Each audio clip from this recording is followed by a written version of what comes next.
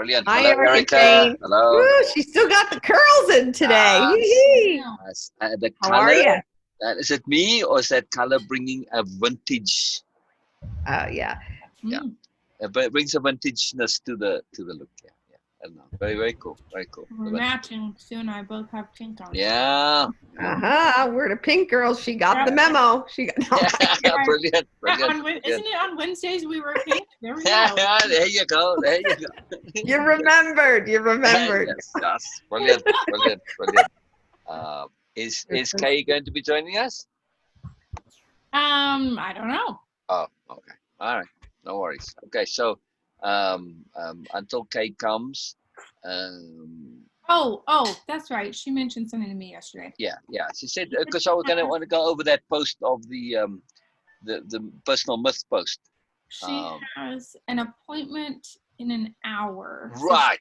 Yeah, she said she had limited time. Yeah. So She was only gonna come in the first little part. So. Right. But Sue was keen to hear more on the unconditional love. Yeah. So I'm gonna listen in. I'm gonna go for a walk, but I'm gonna listen in. I was thinking about this yesterday, and Good. I found a way for multiple theories to make sense to me. Yes, this I want to hear now. That's the whole point of the whole why I wanted to share it. Yes. Hey, don't say anything. I want to pee. Hold on. I've got a special joke for Sue when she comes back.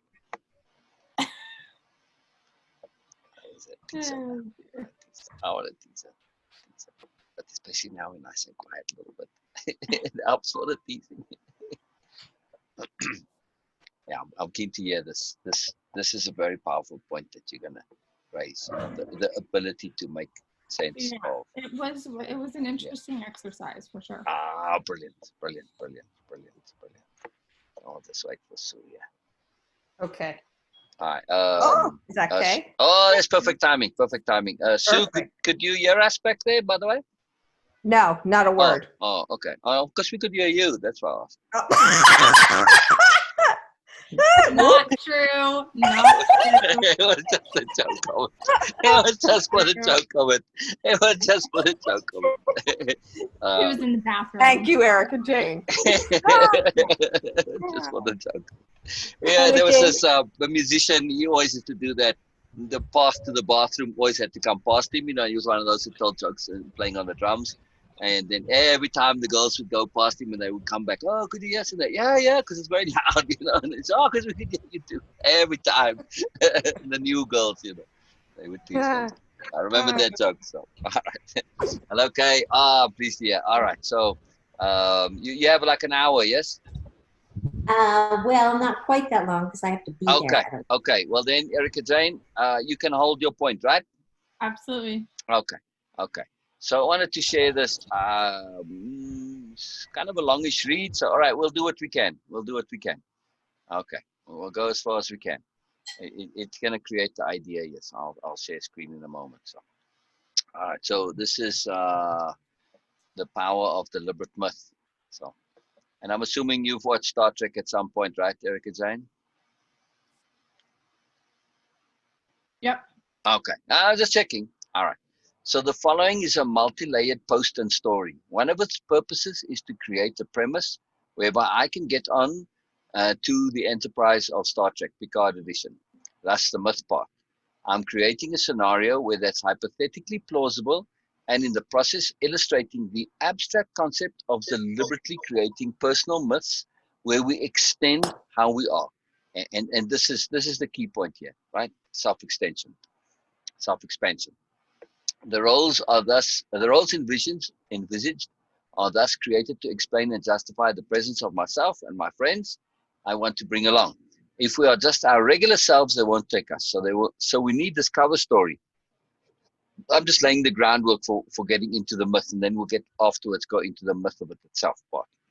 It overlaps into the purpose and point of the whole thing, the zoom out or overview perspective, which is about creating a scenario for oneself, a personal myth that's plausible enough to enable being in these very alternative situations where we can also plausibly be in very different ways to our usual selves.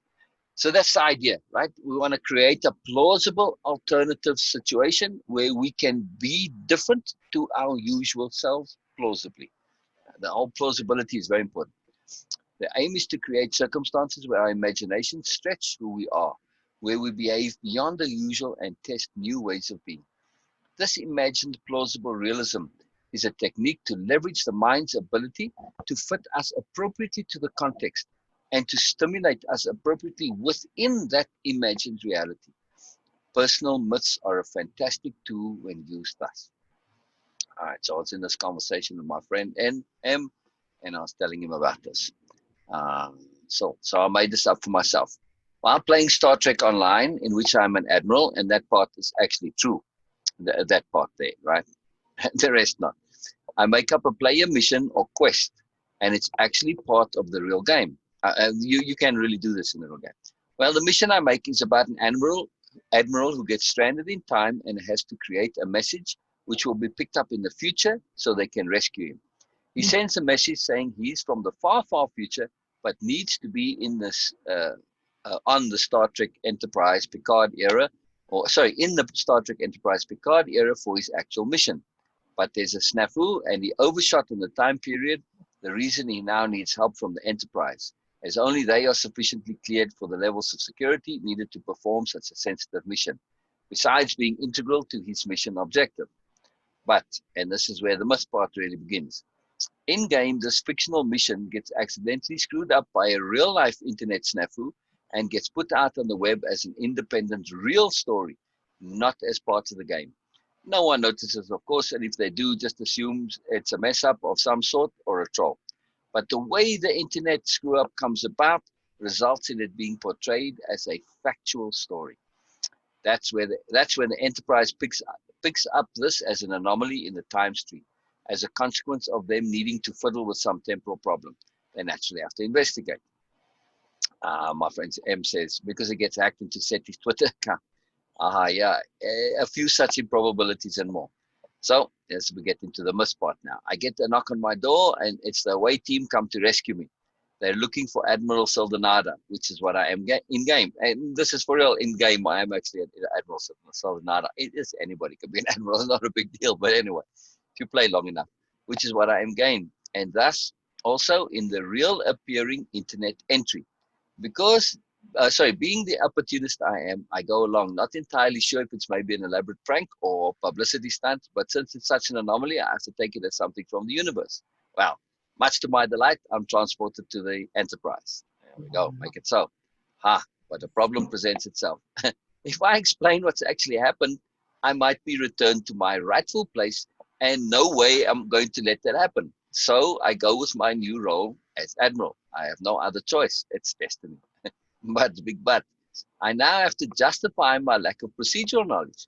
I explain my rank is tied to my position or onboard occupation of ship's philosopher, like that of the ship's counselor and doctor.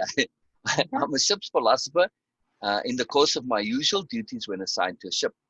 The ship's philosophers have to have superior rank to the captain in order to overrule them when it comes to matters such as temporal, moral, and ethical issues, and also the prime directive, which is an ethical mess, or as I explained to them, the crime directive as it's come to be known in the future.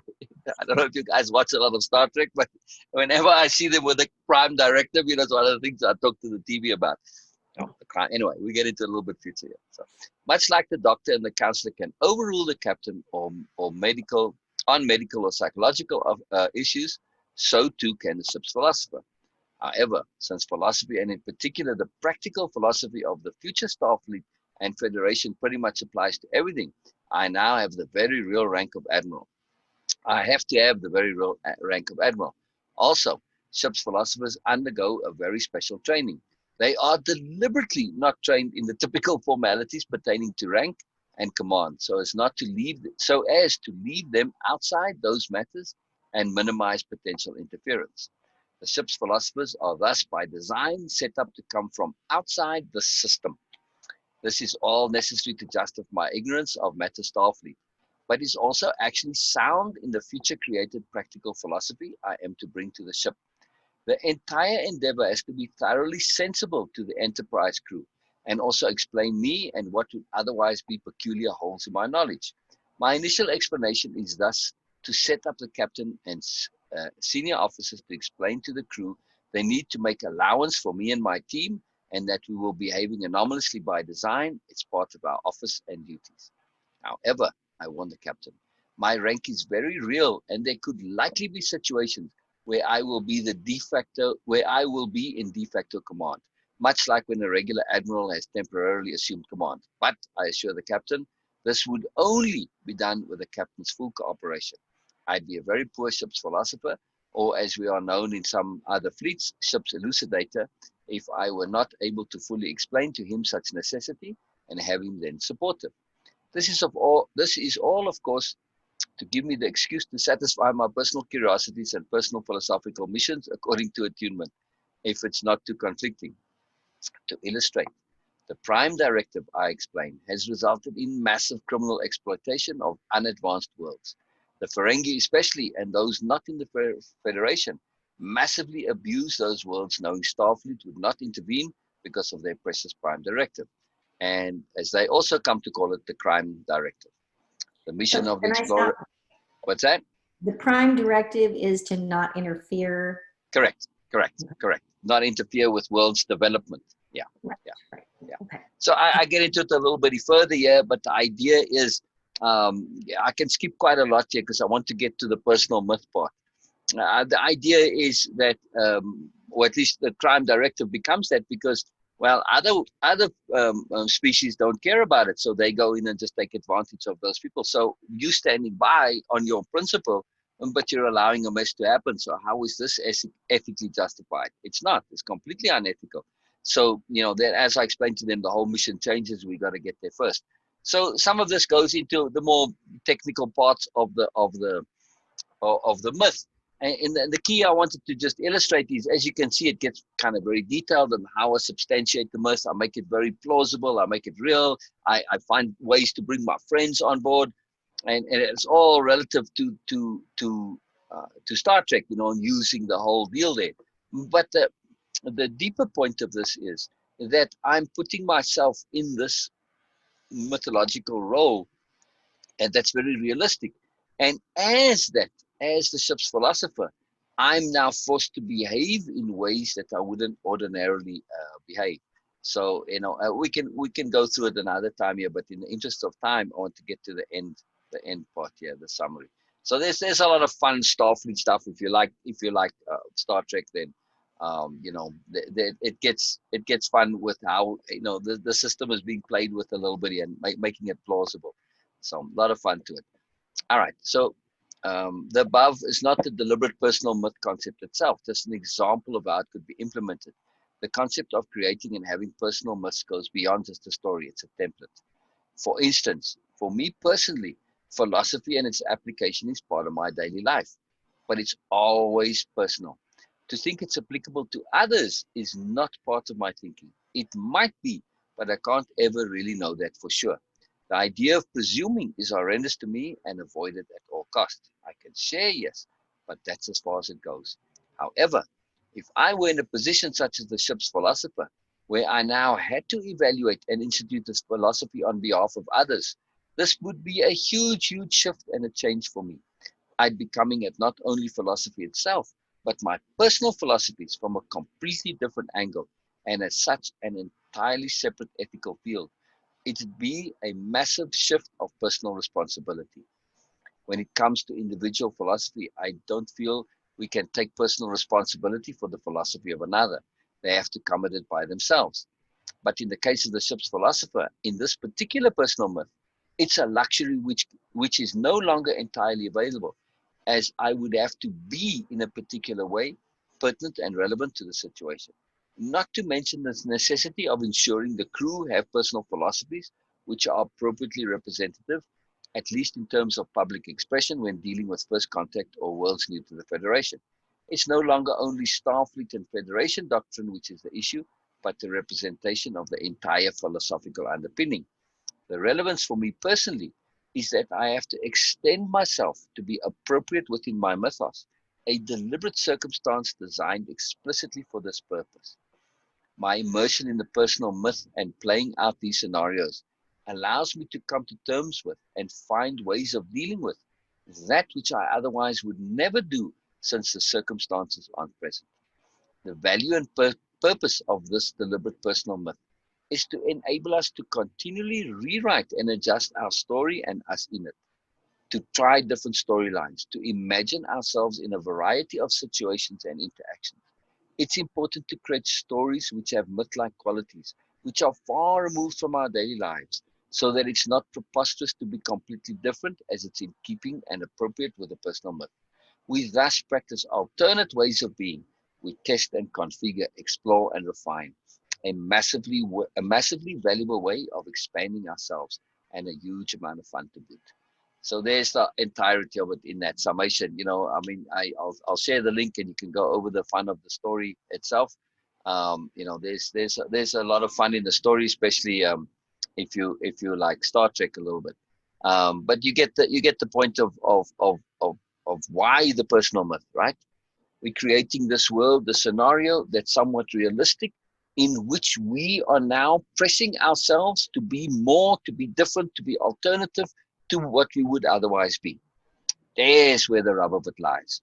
So that we can get to be and imagine ourselves to be in ways that in real life just aren't really viable. So the myth part, you create this plausible world, this plausible reality, which, when you immerse and you have that suspension of disbelief, then you say, in this situation, it's plausible. I'd have to be this way. I'd have to be that way. And this really kicks in the brain's ability to fill in the pieces of the puzzle. And that's what we are leveraging here, developing our brain's own ability to make ourselves appropriate within a particular context, as long as it's realistically plausible, at least, given the initial suspension of disbelief. Yeah. So we start with the big if, and then, okay, once you overcome that if, now you're going into the scenario where you are creating this plausible reality, within its own magical framework, of course. Doesn't matter, but then you get to leverage yourself to be appropriate in that. So connecting to your story, Kay, how does that connect? Wow, that's pretty big. Yeah. It's a huge thing. Yeah. Yeah. But I like it. I mean, it's a great, this really helps me to understand the purpose of doing the stories, other than just, being able to step back and see things from a different perspective. But this, put yourself in a different context. Yes. And then learn how to make yourself appropriate in that different context. That's something we all need to practice doing all the time. So. Yes. And in your case, you have the extra bonus that you have real life examples of anomalies and myth and magic that's happening to you. And you just build those into the stories, and you just kind of change the external parameters, keeping the underlying concept alive, so that it becomes a more fun story. But the underlying point that was being made to you by the universe is still in your story. Yeah. Okay. So your character gets to learn what you learned in real life. Right. Yeah. And then as you go along in the stories, you can even create scenarios. You can write them based on the real life experiences. And then you can create similar to exemplify and illustrate the PowerPoints in your dictionary of power, and whatever it is that you wish to extend yourself on. So when we do this, I will make this into a course actually, and then we'll provide examples and share how to do this, and exercises and tasks for doing that. So yeah, you're just kind of ahead of the curve here, but now so. Yeah. I think my the first thing that comes to mind that will, kind of hold me back is, gosh, I don't know where to start. I don't know where to put myself. I don't know what my character, but my answer to myself is just start. Exactly.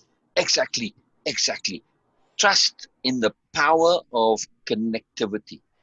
This is the point. We have this magical ability to connect things and to extrapolate from stuff. So all you got to do is just make any start. The rest just follows automatically. Yeah. Writer's block, I cure anybody a writer's block, no problem. Seriously, very simple. First of all, write ugly, edit pretty. That's it. Okay, Right. so you start, write some nonsense. Write the biggest load of tripe and doggerel and rubbish that you can possibly imagine. The brain's automatic ability to make more sense of things. Very few people can actually continue with it. They automatically start writing it more and more sensibly, and then the story starts and the brain triggers. Of course, through the emphasis, you fire up the nodes and you get immersed, and then you start writing. It's very simple, very simple. The reason that there's writer's block typically is because people are trying to write perfect. Very simple. That's what blocks them. Very simple. Write ugly, edit pretty. Write ugly, edit pretty. Yes. You got to let your story mode, your story brain, it don't care two hoots about grammar and punctuation and style and all this. It just wants to get the story out. Any idiot can fix the story. There's computer programs that do it, for heaven's sake. Right? So editors, there are plenty. But those computer programs, they can't write the story. Right. So got to get that story out. Yeah. Okay. Very powerful. Very powerful. Right. So, very cool. Very cool. So we look forward to hearing more, unless you've already written more. But I have not yet done it. we look forward to more. We look forward to more. But The I'm fairy tale version, right? fairy tale version. I'm excited to get going on it. But. All right. Brilliant. So now we'll pick up where we left off. And we will come back to this concept again. But before we carry on where we left off, Erica, anything you know, how does this connect for you? How does it relate for you?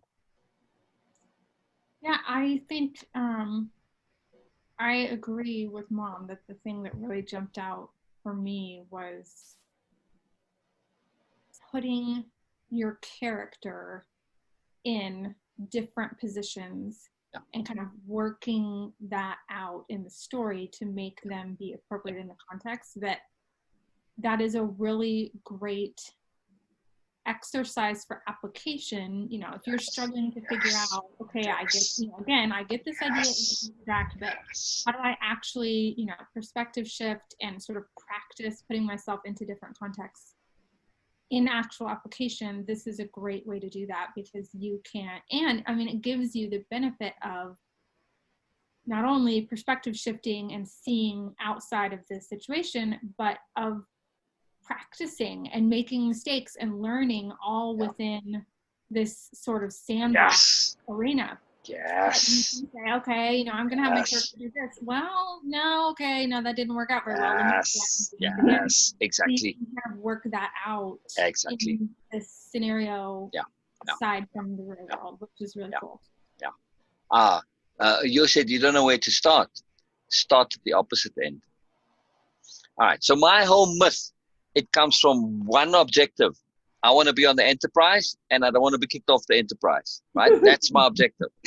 Plus, I want to not just be on the Enterprise. I want to be an Enterprise where I'm in charge and I can go wherever the hell I like and do whatever I like. Right? So this is the myth part. Okay. So I'm setting up this most, your fantasy, as it were, and I'm working backward from this. How can I make this realistically possible and keep it in keeping with, who I am and this? Okay.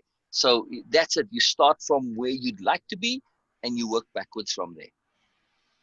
Yeah. So just create your ideal situation and then you just work backwards from there. So, okay. You watch TV, you fantasize about being there. Okay. How can I realistically make this happen? How can I figure this out? Okay. So, you pick up this magic pill and you go to the portal like Alice or whatever. Doesn't matter what you start to get there. But once you're there, oh, wow. Okay. Now I see how it works. But, I put it together.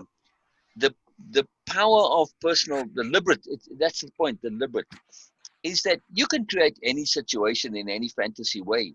But what makes this very powerful is the fact that I had to really work quite hard in terms of my writing to make it a plausible situation.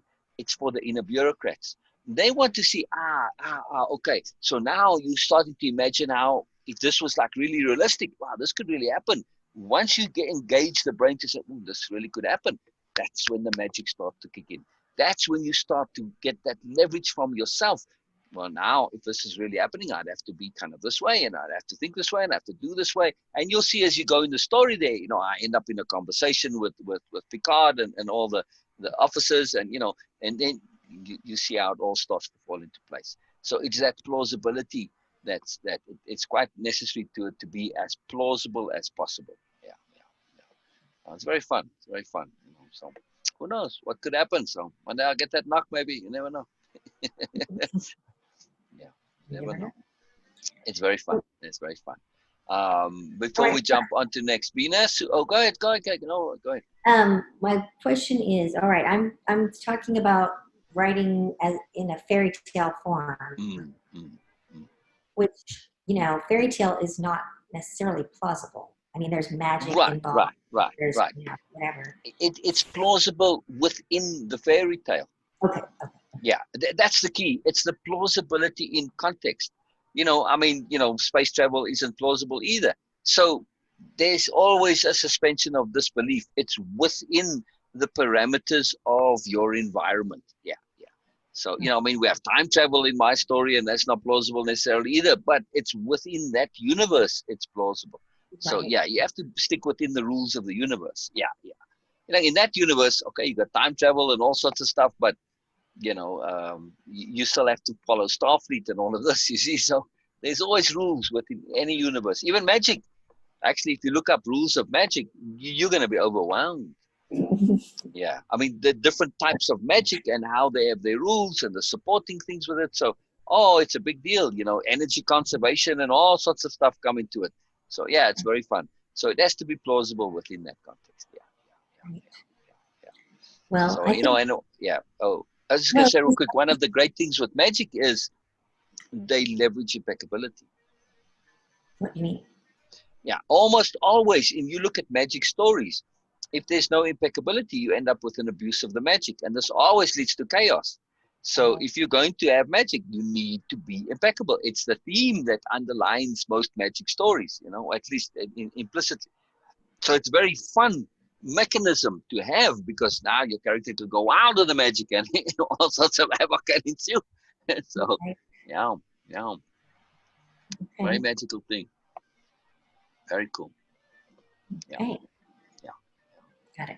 yeah, All yeah. right. It's plausible within the context. Yes. Okay. That's a really So clarifies. appropriateness again, it's applying that appropriateness. Yeah. Okay. Contextual appropriateness, fantastic. Beena, Sue, any comments on this? That's all, yeah. I okay. I have already heard that, and Yeah. I have this really magical experience of this, and it was fun. It was fun to even listen to it a second time, and also what Erica said, and Kay before that. Yes, it is a mechanism. It is a leverage. It is a tool that you can be, and especially for having a real capital U understanding of different perspectives, and also we can create situations and then more about human behaviors also and ourselves, of course. So it is really a fun for me. And it's more than fun. I can say that it is a bit serious business for me. I'm listening and I'm Oh yeah. Oh, it's very watching serious. this. This very serious. Oh. Yeah, yes. So I'm enjoying this. Yeah. Yes. Yeah. So the key question to ask is, once you've set up your circumstance, and you've created the plausible environment, then the key question becomes, how do I behave in this situation, from this vantage point, from this character that I've created? It's about the behavior. That's the key. So you really want to ask that of your character. How would they need to behave in this particular context? And that's what we are looking to leverage, to create this realistic scenario where we are envisioning alternative behavior to what we would ordinarily do. And like I said, for me to philosophize on somebody else's behalf, it's just not something I can do in my regular life. It's just not possible for me to do. It contravenes and goes against absolutely everything that I can think of. But in that particular scenario, I need to do it. I have to. It's my job. It's required, and there's a detailed explanation why it's so necessary.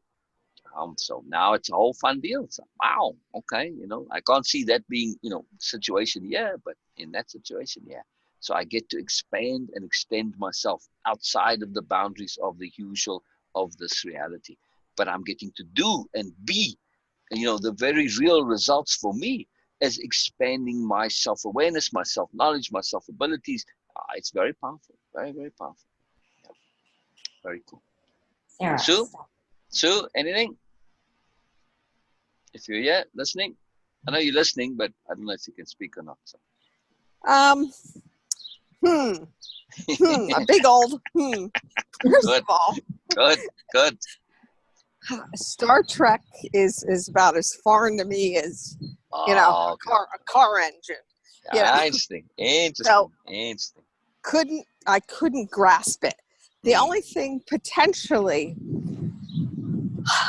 and is this for finding resolution? I don't see the purpose in its own right of why we do this. Yeah. If it's all about magic and No. You can even do this. Put yourself as a politician and say, create a situation where you are, for whatever reason, realistically, you write the story of how you end up being a politician or president or whatever. And then how would you actually realistically behave as president? The point and purpose of it is self-expansion. It is to say how I would behave in that situation. It's difficult for me to behave as a president in my current scenario and situation. I can't imagine it. I can't feel. I can't acquire the appropriate mood and feeling of it because I don't have the leverage. But when you get inside this mythos, the story that you're creating, now you kick in your brain's ability to be appropriate. And then you start to envisage and imagine how you would behave. It is incredibly powerful. It's a self-expansion tool. Yeah. So not a resolution. It's more about expansion. No, it's self-expansion, learning more about yourself. It's application beyond realistic options. So we are getting to apply ourselves realistically, but also outside of regular realism. So it's very, very, very powerful. Very, very powerful. Yeah. It's quite something. The taste, or maybe it was the sci-fi side of it. Yeah. It just. Yeah. But that how you said about being a president, that it could do something like that. Correct. But see, yesterday's story. Hold on, there's too many trucks. Hold on. Yeah, no problem. Hi, Christine. How are you? Good. Hiya. Sorry. They're painting all over town. They're really updating the town. But yesterday's case story was adorable. It was a fable because that had a lesson behind it. So that's why I was thinking that this was going to be the same thing. But it's there are some, but it's different. Okay, so case story, the start of this, I'm morphing it into the personal myth. The logic behind case story was to take real life things that had happened to Kay and work them into story form because it was real life magic that she's experiencing through anomalies. So it just the fable, the fairy tale just makes writing that stuff a little easier to write. Because when you try and write anomalies into a regular story, it's actually very, very difficult because it's so outside of our usual thinking. It truly is very difficult to write them. It's quite amazing. So it was just a mechanism that I was utilizing to get, power terms, power conceptions, the actual lessons that were learned, the messages that were received to put them in. So there's a whole range of options that we can use this for. So it's a little slightly different to start in case. And then, of course, as she goes forward to journal her own story in this way, becomes a very powerful thing to do. Very, very powerful. Yeah. So many different reasons for doing it. Yeah. Good luck with that, Kay. Good luck with that. Thank you. Yeah. By the way, I know of somebody who's in a dire need of some severe TV education, right? Who's in dire need of what? Of some TV education. Who's that? Sue, she doesn't know anything about Star Trek, for heaven's sake. Come on. I mean, that's like a crime against the universe, is it not? That's funny. Well, I have to go in just a couple minutes, but I was going to say that, Sue, I think for me, there is a resolution part of it, even even if it's just an exercise in putting myself in a different context, seeing myself and figuring out how to be appropriate in different contexts. That's a big thing for me, because I'm finding that something that really needs to be resolved for me is inappropriate application of goodness. And so, you know, learning how to be appropriate in various contexts is something I'm really wanting to resolve. Gotcha. Yes. Yeah, no, that makes sense. That makes sense. Yeah, and when you do it in this story form, it kind of takes the emotion out of it. Exactly. And which is what ends up clouding everything. Exactly. So, exactly. Yeah, got you. Exactly. And we get to wave that magic wand of perspective shifting. And whenever we get extra perspective on ourselves, inevitably resolution of some kind is a consequence. It's just part of the deal. So this whole scenario, it is one of those super multi-layered things that's why I'm going to make it into a whole course, because yes, the personal myth is one part, but then, writing your own story in a format of some kind like this, it is incredibly transformative. So there's a zillion multiple reasons for the magic of this. Right. Lots of it. Yeah, it's very fun. Okay, I need to go get my hair. Brilliant. Yes. All right, we'll see you soon. So I'm hoping you're getting it pink this time. Pink. Well, it's pink day. It's pink day. Erica is the one who wants to have color, funny color hair. I do. Brilliant. Come on, be a rebel, be wild. She's the one with the gorgeous hair, so she wants to turn it But somewhere. you can put it into your character, can have. There you go. That's how I'm going to do it. I'm going to write that down. Okay. All right. See you all. Bye. See you. All right. Brilliant. Erica, from your just connecting to your reactions to this, the possibilities just seem to jump for you. Yeah, for sure. Lots of exciting possibilities, and you see those. I'm getting from your reaction. You really see that. Wow, this is a fantastic tool. So Absolutely. I got so many courses on my list to do, but you really motivate me to bring this one forward now. Yeah, it Very seems like exciting. a really powerful exercise, and something that is easy to do. I mean, it doesn't have to be perfect. No one else has to read your story. Exactly. Not only easy to do, but that we can do continuously. So that's why I like it, because some of the other applications, they kind of you do them a couple of times, and once you've got it, it's kind of done. But this is something that you can use for the rest of your life. Just it's a continuing, ongoing thing. I think this is an interesting exercise where there's probably a lot of possibility to see different choices. So like, if I'm stuck with something where I feel like I don't see another choice in a fairy tale or a story that you're creating, you can, depending on what's appropriate for the story, you have unlimited possibilities of choices. You can time travel, you can do, whatever. You can have some random person pop up out of nowhere and help you. But that practice of kind of creating different options for yourself is a really good exercise of seeing choices. Because we don't have that opportunity to create the circumstances for application in our real life. It's hard to create them. So this way you can get to create those to extend yourself, and practice and experiment and do all sorts of stuff. And of course it kicks in the creativity too, which is part of the fun.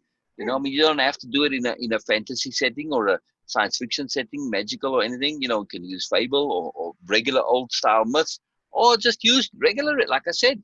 Imagine that you're the president and see what happens. It's right. like, wow. One simple way to do it would be, for instance, to say, well, the election system completely breaks down and they have to have a lottery. And they said, okay, eligible, if you're an eligible thing, we're going to pick it by random because the system is broken down. And you win the lottery, and there you go. It's okay. So it's fun looking to this exercise of plausibility it really expands our awareness of justification and rationalization. That we get to see how that works. We're all geniuses at it. We just don't exercise that particular skill all that often. Right. So when we see that, we get to see how others do it, and it's a great insight into understanding just psychology in general. You know, connectivity, rationalization, justification, substantiation, very powerful, very powerful. So, you know, and then you go really deep with this. You start to say, take that all the way down to the end, you know, in terms of E equal mc squared, or at least m equal e divided by c squared. That how we create our own reality, and how we have this power to create and you know, build things on top of each other, and how we describe our world and all of this. So yeah, it becomes quite powerful, quite powerful. Yeah. Yeah, very cool. So let's do it. Let's do it. Lots of magic. Yeah. Lots of magic. Does that help, Sue, in terms of making more sense of it? Sue? Oh, okay. Yes, thank you. No problem. Thanks. No problem. Oh, it's important. It's important. All right, Erica. So we're most cool, most keen to hear your unraveling of Okay. and yeah, your shift of perspective, because this was Yeah. this is about that, you know, seeing the clumping of the bubbles all at once. Yeah. Right. Yeah. Yeah. And you know, I had, like I said, I've been thinking a lot about love over the last, I don't know, 2 weeks, and trying to figure out, kind of redefine it, figure out what it means for me. And one of the biggest things that kept kind of coming back up for me was the concept of love being a choice.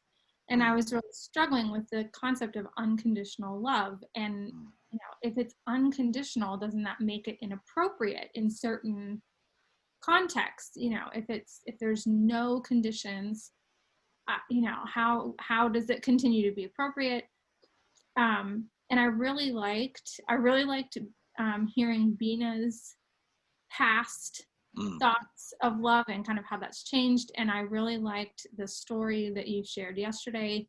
And a lot of that made a lot of sense to me, and sort of this capital L love transcending behavior and specific situations, and it being above that.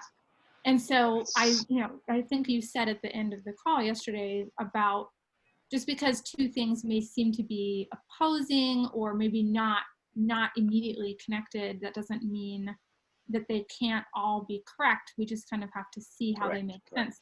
Yes. So I was thinking, I went for a walk yesterday, I was thinking about that, and I was thinking about, okay, you know, if I trust that all of this makes sense, then how can I fit these together? You know, how can I sort of reverse engineer this? And yes, there it is. There it is. Can you repeat that sentence, please? If I trust that all of this makes sense simultaneously. Yes. Then how can I reverse engineer that and these pieces together in a way that it all makes sense? So one of the things that really stood out to me in the story, because it sounded like something that I would say, and I was thinking about it on the walk, because I remembered about it on the walk because I was going past this tree, when Biella used an example of loving a tree, and that if I love a tree, it doesn't even know I exist. And exactly. You know, that.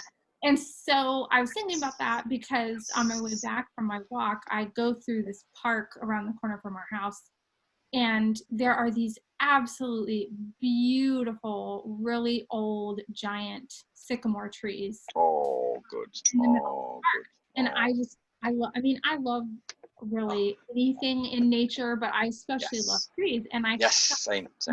One of them to cool off because it was really hot, and I was thinking about how much I really liked the tree, and it made me think about what Biella said about loving the tree, and that, you know, the tree doesn't even know who I am. I don't even necessarily get anything from you know, it's not doing anything for me, exactly, and yet I still love it.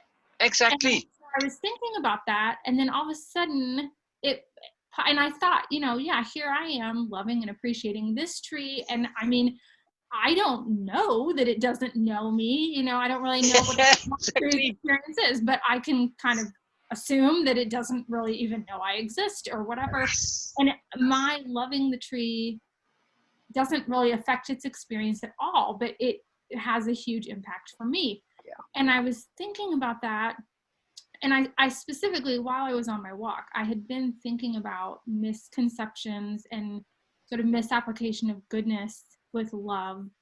And that for me, I think one of the things, it's not necessarily isolated to love, but it's something that has been problematic for me in a lot of different areas, especially with the conflict avoidance thing, is my history of needing like acceptance and love and appreciation or whatever from other people in order to validate myself to me. Like if I don't get the acceptance of other people, then it means that somehow I'm not validated. Yes. And so I was thinking about that a lot and about how that is an inappropriate application of goodness, because what I want is to do good, to get validation that I am good, that I'm worthy. But, that's not really the appropriate way to be going about that. And so I was thinking about that specifically. And so I was at this tree, I'm thinking about Biella and about how the tree doesn't know me and all this stuff.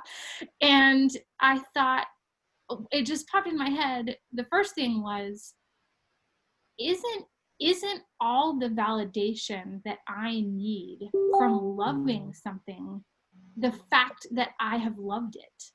Yes. It has nothing to do with the object of my love reciprocation to me. The validation of my own moreness and appreciation of this thing that's all the validation I need, is the fact that I have chosen to love this thing. So then I started thinking, I got out my phone and I was writing while I was standing at the tree. Perfect. Why do we feel that we need, or why do I feel that I need the love and adoration of those that I love and adore in order to validate myself? Yeah. Isn't it validation enough that I have loved them? If I love a tree, I don't need its love in return in order to appreciate and love it, receive gifts from it, and recognize my own moreness in appreciating it and choosing to love it. Exactly. So then I started thinking, okay, if that makes sense, then now I'm picturing trust, and how trust, in order to exist, has to be a mutual commitment of two parties, or you and current, past, future self. It has to be this mutual two-way commitment in order to exist. Love is a one-way thing. It does not require reciprocation from the object of love. It doesn't even require awareness. True, exactly. Or reality, or existence. And so then I started thinking, okay, does this mean that love, unlike trust, is actually one way? It doesn't require participation from more than one entity in order to be. It can involve participation from more than one entity, but it doesn't require it. And then I thought, okay, if that's true, if all of the benefit of love is what I'm getting from choosing to love something else, then and it doesn't even require agreement of participation on behalf of the person. Yes. It really has nothing to do with the other person in that aspect. It is, I am getting benefit from my choice to love, and that is what makes it unconditional. Exactly. Because there are no conditions in terms of reciprocation in order for it to be. Love can exist and does exist purely as a one-way thing. And if the other party chooses to reciprocate that love, that's great. and Yes. they are receiving benefit from their choice to love you, and they're sort of having their own experience in that choice of love to love you, but it still can exist. It doesn't really have anything to do, there is no requirement of mutual Yes. agreement on behalf of Exactly. both parties, Exactly. unlike with Exactly. trust. It is totally a one-way thing. So for me, that helped me make sense of love being unconditional and it being appropriately unconditional. Yes. Yes. Yes. And the two can exist completely independently of each other, Right. Right. and they can also overlap to Right. various different degrees. So we have to understand that this is, you got your love, the other person's love, they overlap, and it's may or may not be, but none of them are dependent on each of the others. Right. It just Exactly. depends on the situation, happenstance, I etc. still get value and um, joy, Exactly, benefit out of loving something, exactly, regardless of whether I get that exactly, love back in return or not. exactly, exactly. And when we love freely like that, it liberates the other part Mhm. of it. It makes no difference what they do. Your love is just there. It Right. doesn't matter. And Right. and that's a very freeing and liberating point. So it's really huge. It's really, really, really huge. Yeah, yeah, So yeah, that really changed because, and I started thinking about that and like why that was such a like novel concept for me. And I yeah, that love really is a one way. And actually, I think Mom said, I was talking to her about this yesterday, and she said that in the Bible somewhere, I didn't remember this, but that Jesus at some point in one of his parables, I think, says that love is kind of like a beam of light, that it just kind of goes out from you and it doesn't really matter whether it even falls on anything. It's just kind of yeah. emanating from you and whatever. And I thought, okay, why is this idea of love being kind of a one way thing like such a novel concept to me? And I started thinking, and it's actually kind of funny, I was thinking about, since we had just been talking about fairy tales, that really I think that's a societal, I mean, certainly in all the fairy tales that we know as children, that's love is always a two, it requires the participation and Yes, equal exactly. It's participation always two. between Yeah, two people. yeah, yeah. Yeah, there's never any talk about it being like a one-way thing or something that's Right, personal to right, you. right, right. It's always like it requires multiple parties, but really the same idea is perpetuated throughout our society as well, that Yes, love inherently means two parties, two or more parties yes, exactly. Yeah, yeah, reciprocating yeah, this, yeah, equal yeah, amount of whatever. And that yeah, that is basically what we're taught from day one, is yeah, that yeah, love, like yeah. if I say I love you, you have to say I love me, you love me back, or it's like not valid, right? Like, oh Exactly. God, you don't love me back. Yeah, Ugh. yeah. And it's all debunked and everything. And that's not, that is essentially what we are taught from the very Right, beginning. right. We are And taught that's why conditional love, yeah, that's why this is such a novel concept to me, that I think I've just always sort of assumed that that was the case, that love meant if you loved something, you had to get validation of that thing's love in return for you. Yes, And that's yes. totally not the way it works for me. So, Mm-mm. What's even worse, love is also by implication in many instances portrayed and perpetrated as a contract. exactly, which If you is say, yeah, totally sorry, sorry, how that is totally how I see trust, as this sort right, of contractual commitment. But that was one of the really interesting things to me, was the real clear delineation and differentiation between trust and love. yes, That yes, trust has a very different yeah, yeah, existence than love does. yeah, yeah, yeah, yeah. It's amazing, and this magic of it, that love is of course no way a contract, but the moment you say, "Oh, deserve love," just that statement, just those two words together, deserve love, contract, right there. Hmm. But no, it's not. It can be, but it's not really love then, right? Right, right. Yeah.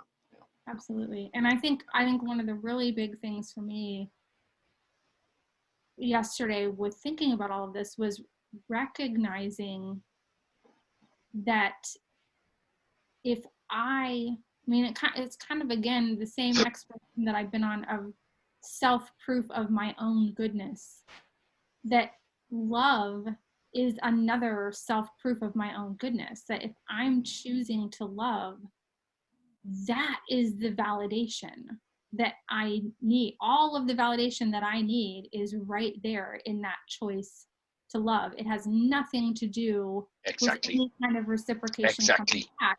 The Exactly. fact that I have Exactly. chosen to love is the validation that I'm looking for. Exactly. Exactly. That is a powerful thing. The fact that I have chosen to love validates my goodness. Right, right. Yeah. Very, very, very, very powerful. Yeah. Very fun. Very fun. Very fun. It's just huge, and it's very liberating to realize that we can really, really love a tree. Right, There's no clue, you know. right. Yeah, I was Well, waiting when you said, "Oh," and then suddenly, I don't know, you never finished the sentence, and then suddenly the tree said in my ear, "I love you." I love you back. I was waiting for that.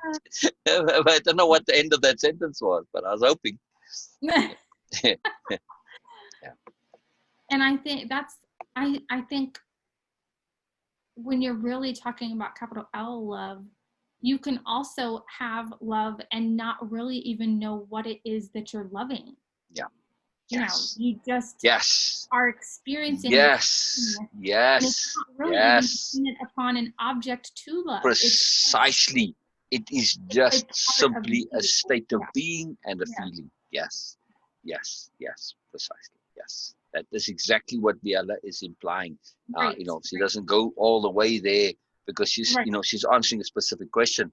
But in the bigger story, when she talks to the group, that's the point. This is for Hmm. the new nobility where they aim to be. It's Right, just to be able to experience it. Yes. right. Yes. Yes.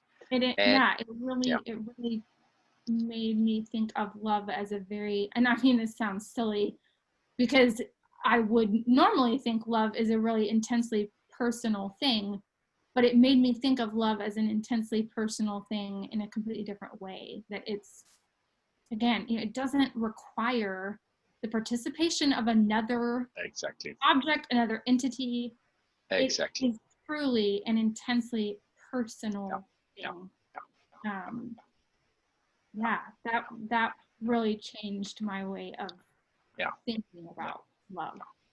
And what I so dearly love, I mean, about this, excuse the pun, yeah, but it's that, somebody shared with me the other day, well, not the other day, the other month, couple of months back, um, just like this, the CD case full of CDs.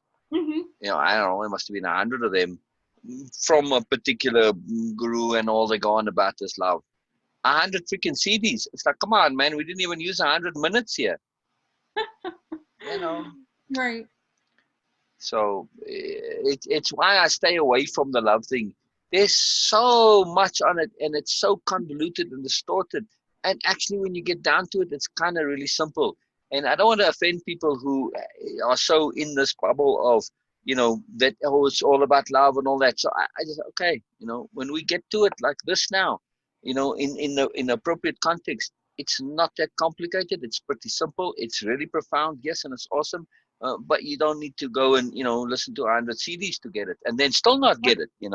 So yeah, it's an astonishing thing to really, really realize that it is completely just it's all from you. It's a one-sided deal, Hmm. and it touches on a profound, deeper understanding, and this is that. This concept, this term of selfish is a square circle, that we need to be profoundly selfish in order to be whatever good quality you can think of, Right. to be noble, to be sensible, to be impeccable, to be giving, to be helpful. All of the stuff, it Hmm. starts with a profound Right. selfishness. So, and I really like using the term self-centered, because yes, yes, self-centered has a really negative, I mean, it's really yeah, equated with yeah, being selfish. yeah, But to me, to be self-centered, like to really break down that phrase yeah, and yeah. be self-centered is critical. You Yes, should be self-centered. You should yeah, be centered yeah, around yourself. exactly. Again, this is where philosophy of opposite is so magical. You just take those two terms, selfish and self-centered, and you kind of flip them around. They actually have, it's like almost like the universe is writing stuff in code. They Mhm. have so much magic in them. So, selfishness is usually, for me, it's short-sighted foolishness. Mm, That's really what it is. It's a limited perspective, bubble emotion, bubble awareness. So you're just doing yourself harm, because you think you're getting a benefit, but you're not actually are. You might get a short-term benefit, but not a longer-term one. So, yeah, I love this. I love this. My brother got really offended with me when I was a kid. I told him, I said, the dictionary is wrong when it comes to selfishness. Just the idea that I could have the temerity, the gumption, the gall, the just effrontery to say, oh, the dictionary is wrong. Oh, this just freaked him out. He just couldn't stand it. So who are you to say this? But I can prove it. Uh, it didn't matter that I was 14 years old or whatever. I think I was 14 or 13 at the time. So it just bugged him. No end. No end. Oh, he couldn't stand it. But anyway, it was it's and later, you read Ayn Rand, and she makes a whole long case for it. I hadn't read Ayn Rand at the time, but it was the same point, really. When you think about it, it's if you're gonna be like eating your sweets in front of everybody, which is one of the classic sort of examples of selfish. How are you mm, benefiting yourself? I said that doesn't help you. So isn't selfish by definition what benefits you? That's supposedly the bottom line recognition, or explanation of it. So if I'm doing that, that doesn't benefit me. If they all, don't want to be my friends and ignore me and isolate me and right. ostracize me, whatever, that doesn't help me. It didn't Right. matter. Didn't matter. So, oh well. I tried. I tried. That's all I can say. I tried. It's a funny thing. It's a funny thing. But the reason I bring it up is it's this the connectivity to your layered conceptuality of seeing how things can coexist Mm-hmm. and they can both make sense. So, I realized then that he wasn't looking at it outside of that bubble perception. Right. He Right. was locked into that, and he just could not see the second layer that I'd put Mm-hmm. on top of it, which, it subsumes the first layer. It includes that, but no, he just refused to shift out of it.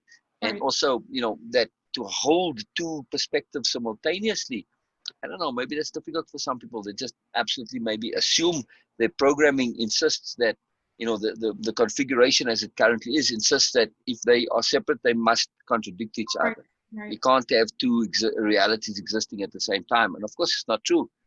You know who would really benefit from this way of thinking is physicists, because maybe that would finally help them um, stop find the link between the theory of relativity and the theory of quantum reality. Isn't that like the crux of all modern physics? Is the theory of relativity and the theory and quantum theory sort of can't coexist. Yeah. Yeah. We can't figure out how they Why? coexist at this point. Why? Why? You could solve the foremost issue in physics with this There you go. There theory you right go. here. Yeah.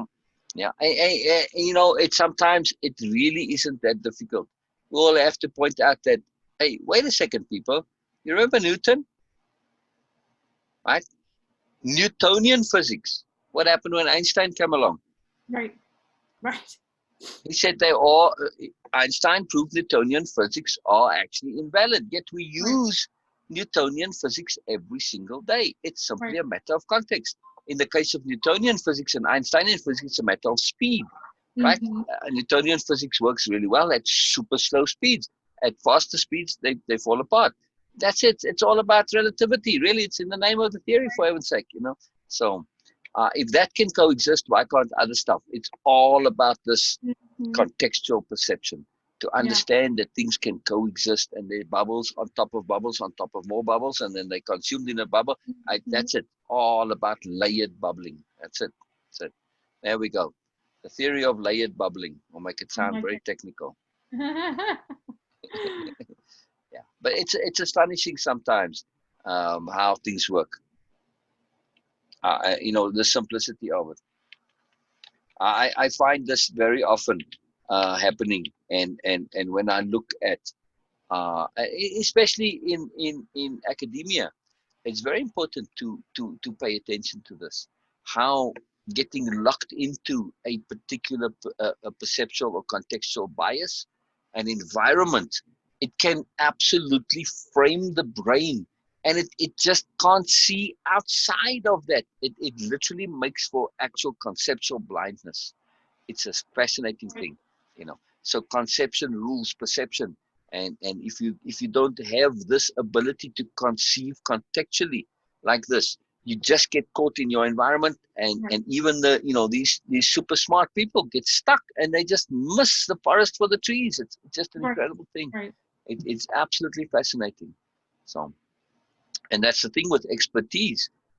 Expertise is this narrowing of focus. You get more and more focused. You're like in this funnel and you keep going down toward a point. And of course, what that does is it constricts and narrows your worldview. So I was very careful to avoid specialization. I really made a distinct effort to do so for that exact reason. So I like to study things, and I see the allure, but to get really pulled into it, you get caught up in this one worldview, and you take even just something like psychology or philosophy. The same thing happens inevitably. You get the splitting and diversity, and you get this school of thought, that school of thought, and all this. It's like martial arts. There's 101 different schools of thought. There was in the group, there were these, in the comment thread, somebody was saying all the various different schools they are. And it's like these wild remote ones that, usually I can recognize most of them. Never heard of them, but, it's like half a dozen and half a dozen. It's like, I don't know, to what end, Yeah. Again, they get lost in specialization and then they forget the overall purpose. So. Very true. Feels like that's what happens with religion too. Exactly. You miss the point because you're trying to get all too specialized. You want to go the other way. Reverse the process. This, for me, is what our Dictionary of Power is all about. And the whole way of impeccability. It is shifting this logic. And instead of going narrow to specialization, we are going out. But then, in that going out, now here's the trick though.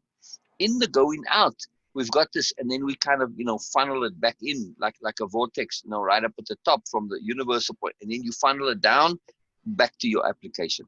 Right, and then like the application is the white hole, and it goes back out again. So you have to have that conceptuality funnel back down towards the application. That's the key. If you don't connect the application to the conception, then you're wasting your time. So yes, that specialization comes from the desire for focused and precise application, and of course they do it within a context that works. But in martial arts, you see this particularly. That they have to have certain conditions at play, otherwise the martial art doesn't work, so it just amuses me no end, how they perpetuate this. You would have thought, like, I don't know how much you follow martial arts, but like the UFC, right? The ultimate fighting, they can't use a particular style there. All the guys who have been practicing karate, they just got wiped out. It just absolutely doesn't work. So you would think karate would have imploded as a martial art, but no, still keeps on going. And kung fu and taekwondo, every kind of, they all still exist, and people still go and train in them, despite the actual evidence that doesn't matter. It's not realistic. So, just reality and awful truth, they can coexist in a most fantastical and magical way. So Sue, there's lots of mythical existence in our daily lives like this, where people live in these fantasy realities, the way where they keep perpetuating something which that doesn't make any sense whatsoever. So I think though that some of the martial arts like taekwondo, they were very fanciful, kind of lots of high kicks and stuff like that. And it was Mhm. never when it came out, it all looked fantastic, and whoever started it thought it was great. And then reality pretty soon came up, and in martial arts competitions, they just got wiped out. And Right. so it transitioned to a sport as a Right. form of martial arts. So they started calling it a sport. And okay, all right, fair enough. Yeah. No problem. Fun, Yeah. fun trivia fact for Uh, you. Joe actually won a national championship in Taekwondo. wow, go Joe! I Wow, know. that's a serious accomplishment. He Wow. said it was because he's so tall that he could just like kick like a Yeah, rug. yeah. But Ah, yeah, wow, wow, he has not reprised any of his Taekwondo since I've known him. But wow, it is wow. an interesting, his dad did it for a long time, and it is an Ah, interesting, I've never been that much into martial arts, but it yeah, is an interesting culture for yeah, sure. correct. It is. It's a fascinating culture, and there is.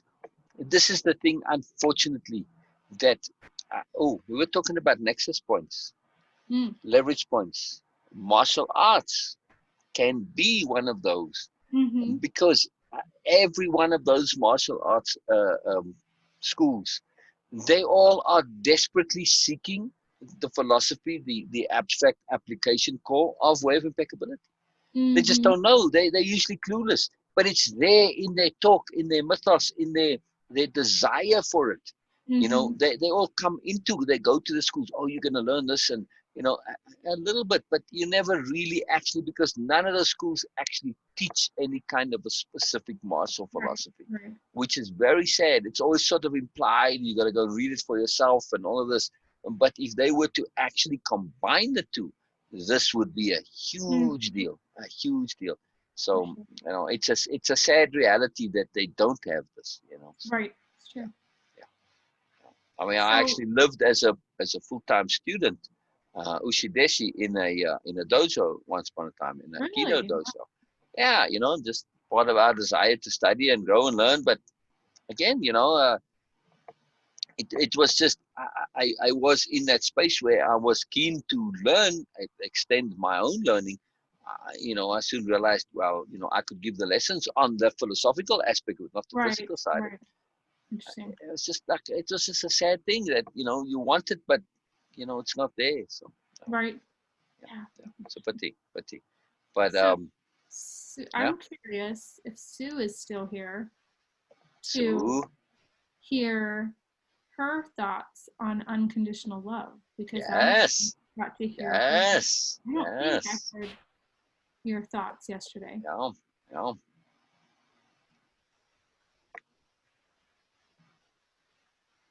I see she came off mute. We can't hear you. You unmuted, but we don't hear you.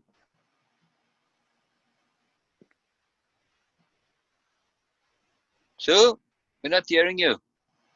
I think you if you switch to the phone, and sometimes you have to activate, you have to click the confirmation screen to activate the Mhm. audio. Right. So, just kind of hit the audio button again to bring up that confirmation screen. Either that or just leave and come right back again.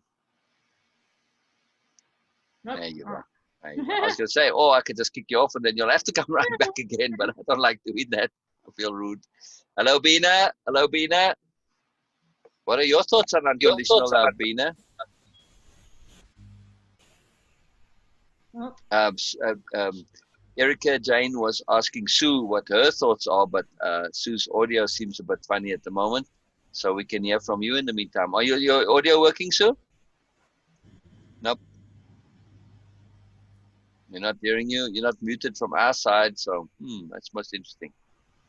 It could be sometimes if you are in a situation where your connection is a bit unstable or tenuous, then it tends to not make your audio work. So it could be if you're out walking. I don't know. All right, we'll hear from Beena in the meantime. What was the question, Erica?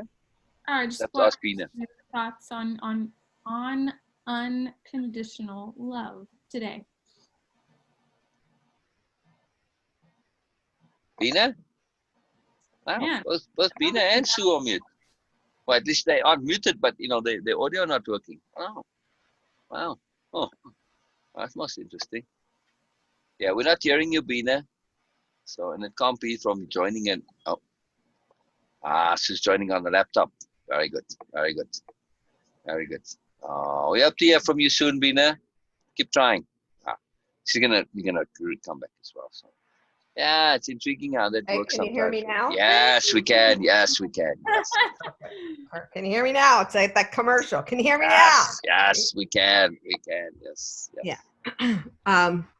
Yeah. Thanks for cueing me in there, Erica, for my comments. Yesterday, I didn't hear the whole story of the Biala story, not completely, but I can't. I heard enough of it, but I have to say that your articulation of that today was freaking beautiful. It really, really was. Yes, Because initially when we started talking about unconditional love, I was right in that arena where there's a part, it's absolutely inappropriate. How can we unconditionally love somebody who is going to abuse us, Exactly. or do wrong things to us? I'm like, this makes absolutely no sense at all to me. But bringing those stories all in together, the biggest thing for me that I took away from it was the fact that it's one word that changed everything for me: appropriate unconditional love. exactly. And that we don't need anybody else. I as you were speaking, I was thinking about, that's how I felt when I was making jewelry. That didn't give me anything back. Nothing. I wasn't even guaranteed somebody's going to like it and buy it. Right. It's just how you felt, the love of doing it, the love of whatever, and that it is truly it's truly one-sided. It's truly one-sided. And you can have appropriate unconditional love and not expect a damn thing back. If you Exactly. That's the beauty of it. Exactly.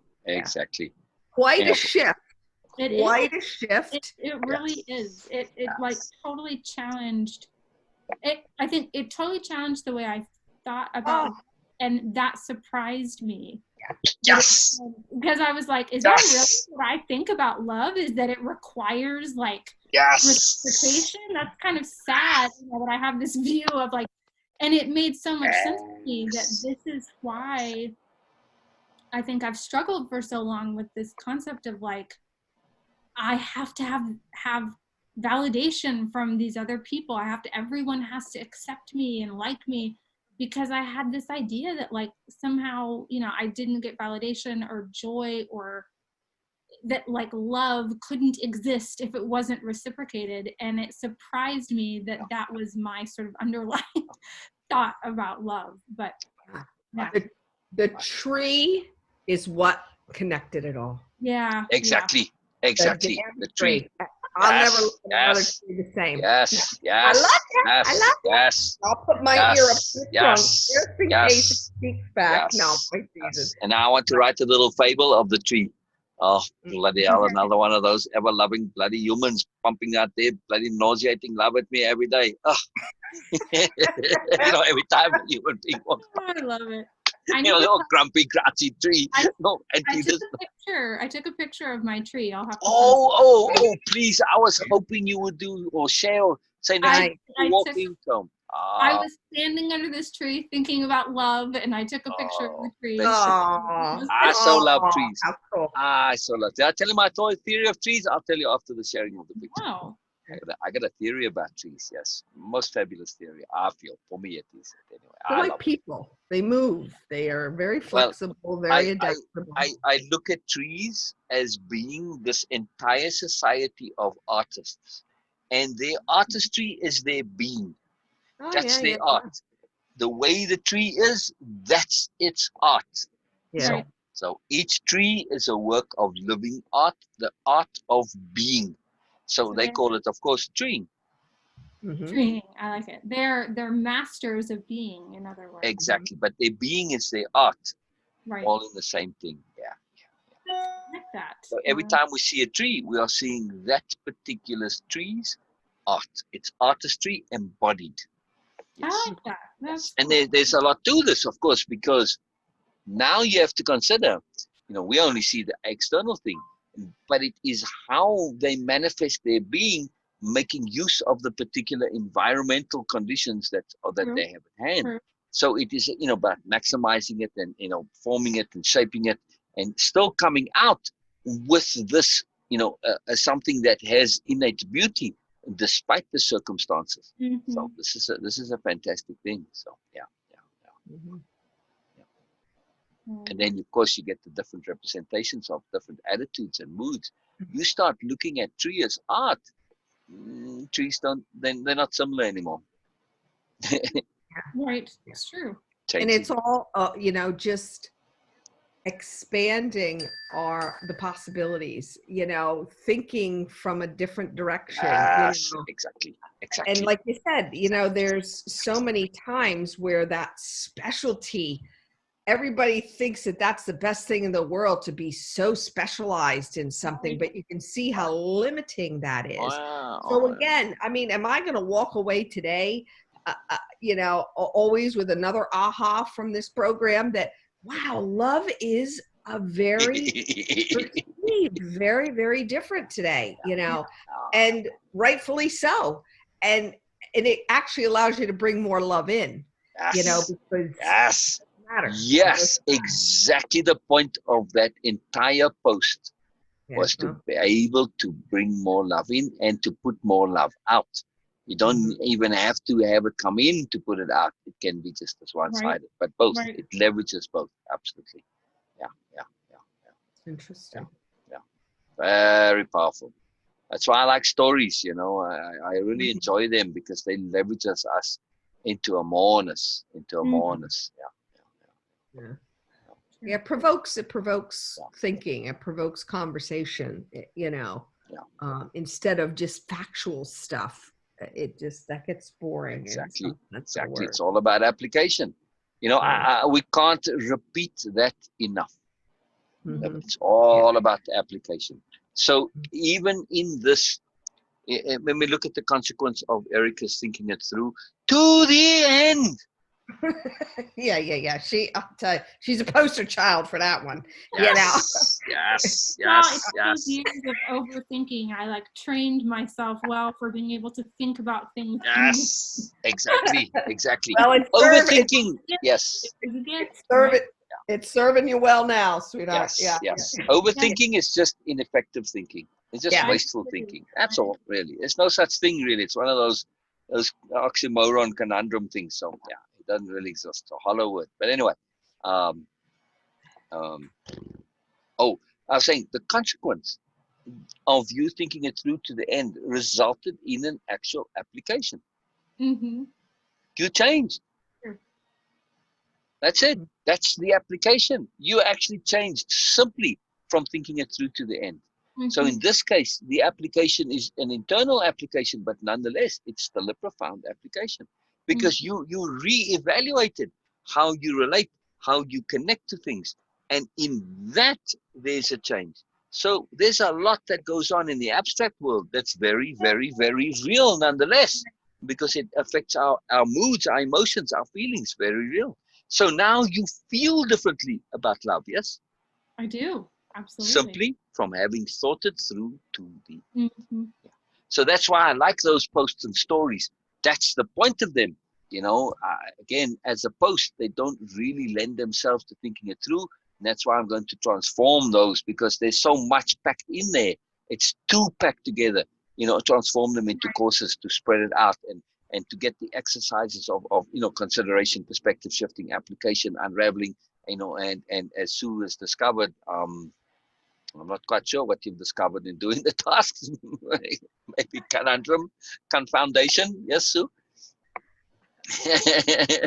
Classes? What? From the application of the tasks and the exercises that, at some point you...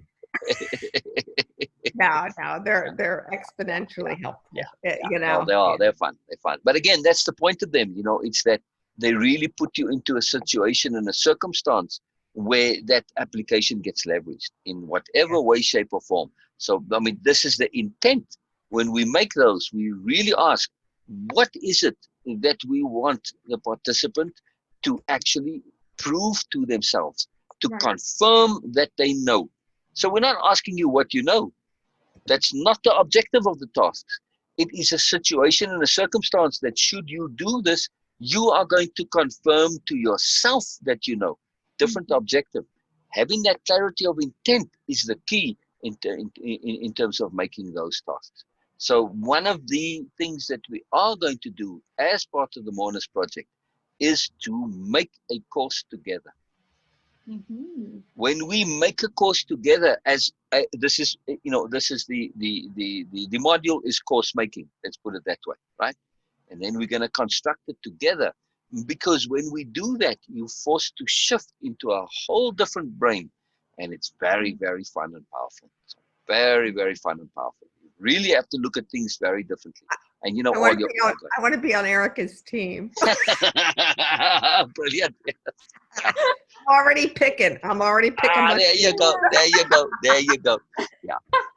By the way, talking about martial arts and strategy, most martial arts competitions are 3 versus 3, right? If I remember, at least it used to be at least your team is 3 or 5 people, and then you compete another team of 3 or 5. All right. So if the teams are relatively close, all right, let's say you've got 10 members, and one side picks, and then the other one, you can pick first, which gives you a major advantage because you get to pick the best player, right? The best fighter, right? So I'll win every single time against you, providing I get to choose the order of the matchups. You can choose, you can choose first, but I choose the order. I'll win every single time. Why? Because I'll put number 10 against number 1. Right. And then I'll put 9 against my 9 against your 8. See? And when you work this out, if it's an odd number, I have more wins, because the difference between the 1 and the 10 win doesn't count. It's not about scores, it's about win. So of course 10 annihilates 1, right? It doesn't matter. But my 9 beats 8, and so on. 7 beats 6, so on and so on. So I win more matches, even though 1 is a grossly mismatched match. But yet this is not, you don't see this happen. They inevitably put 10 against 9, 9 against 8, and so on. It's just amazing to me, It's poor strategy. Interesting. Yeah. Simple. It's a simple illustration of strategy to look at the objective. The objective is, it's to win the number of matches. If it was a points thing, okay, then it might change, and that would actually work in a realistic situation too, if there was actual real fighting, because one could just run around and delay the fight, the actual fight with 10 as long as possible, until the rest have won their matches, and then they could all gang up on 10. Right.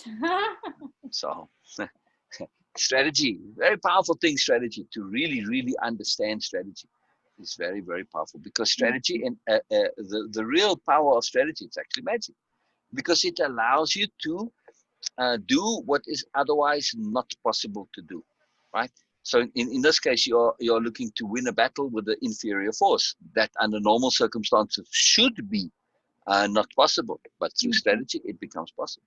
So very powerful. So strategy is a form of magic in a way. It's like leverage, another form of magic. Very exciting. Very, very exciting. All right. So Sue, you still had a question outstanding. I did. Oh yeah, you and Beena both. You're both avoiding this question. You have to ask them again, specifically by name. Erica? What? Yeah, you asked them the question. Did I answer it? Did I miss that? Yeah, what we thought about. Yeah. Did you say what you thought of unconditional love? She did. Beena didn't then. Sorry. Beena didn't. What did Sue say? Wow. Sorry, Sue. You'll have to repeat for me. I totally spaced on what you said. Somebody check him for a pulse. Maybe there was too much fruitcake in his brain now. maybe. Sue sent me a whole goodie box, Erica Jayne. Oh, it's too fabulous. Oh, I love it. Yeah. I'll show you. While you repeat, Sue, this will be and good only practice. because it started out, he loves fruitcake, which I think is the most disgusting thing on the planet. Right. Yes. Yeah. So I sent him 12 pounds of junk. That's awesome. But I have to show you. Okay, before I share, before I show my array there. I have to show you what I now meant when I was talking about food. Although I'm enjoying your fruitcake, so okay, let me just make that very clear. All that matters. This is what I was having more in mind. You see, yeah, it's just cake Ain't with a America, honey. yeah. Wow, I, okay, but yeah, and then there's another one too, like this. This is what I remember from as a kid. They look like this. Yeah, Woolworths. Wow. yeah. You bought them from Right. Woolworths. Yeah, So yeah. that one looks like kind of typical one? to me. On the right side? Yeah. Yeah. Yeah. Yeah, Yeah. that one looks more familiar. Yeah, and I mean, it's not this doughy thing that's kind of, I don't know, you have no idea what the cake part is. You recognize the fruit, but you can't recognize the cake part. That's American fruit cake. I don't know how they make it. It's Yeah. fascinating. Never saw But that other one ever. That yeah, lighter No. yeah, one. No, me neither. yeah. Mm-mm. I mean, and that's like this one, okay, this is still sort of familiar, but like that other one, I mean, this is just cake with fruit in it, really. Okay, this meringue on the top. I mean, I can send you the recipe, yeah. Yeah. That'll be a little tough to ship, honey. No, yeah. That is the furthest thing from what we would I was call thinking if you want to meringue. make it for yourself, Yeah. Doesn't No, that look nice? Doesn't It that look does. tasty? It does. uh-huh. It's, Yeah, that it looks feels like like, fresh. Now that looks like fresh raspberry. See, fruitcake to yeah, us has that yeah. candied fruit in it. I see Right, that little citron in there, right, the little right, right. yellow things. Yeah, That's what yeah, used to gross me out. Ugh, yeah. Mm. Oh, I see. Well, in this case, I think those are actually nuts. I think those are nuts. Oh, you think? Yeah, Think they you're they slivered almonds. Those are almonds that you're Cream. seeing. You're not seeing the little bits of orange peel. That's Oh, the thing, the candied orange peel or lemon peel. That's the one that grows. Yeah, yeah. no, that actually looks like a decent recipe because it's It does. fresh cherries, fresh Right, raspberry, right, custard, creme fraiche. right, right. Yeah. No, Right. Now, I mean, I I liked it with a glazed fruit, but I do like fruit cake with yeah. fresh fruit in it. I love it. I love it Oh, even more than the yeah. fruit cake. So yeah, this Yeah. would be absolutely fantastic. Yeah, you can send me that recipe. Yeah. No, Okay. And that this one also, Yeah. okay, they put in cherries and raspberries. I would add strawberries to this. or peaches. Yeah. Or the peaches might be a bit chewy. Uh, The for the texture of this, but yeah, it'll work. It'll work. Sure, sure. yeah. Okay. No, that actually looks I'll good. send you the No, recipe. Yeah. it's Yeah. not And this what has we the always say. this has the meringue on the outside, which is Yeah. very interesting. So, Mm-hmm. all right, yeah, Yeah. recipe coming up. So anyway, what were we gonna do? Oh yes, okay, we were gonna just recap for me quickly on your unconditional love. I don't know why I can't connect to it now. I just need the refresher. Sue, what did Yeah, you say? no. Okay, it was pretty simple. It just the fact that I started out with absolutely in the same wavelength as Erica Jayne was in regards to unconditional love. What the hell are we talking about? There is it's can be very inappropriate. So how can we unconditionally love somebody who's going to harm us?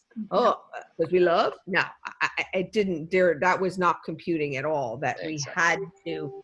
And you think of all the people who stay in relationships and they're one-sided and so forth. But the tree shifted me. Yeah. The tree shifted me in addition to Erica Jayne's, eloquent way of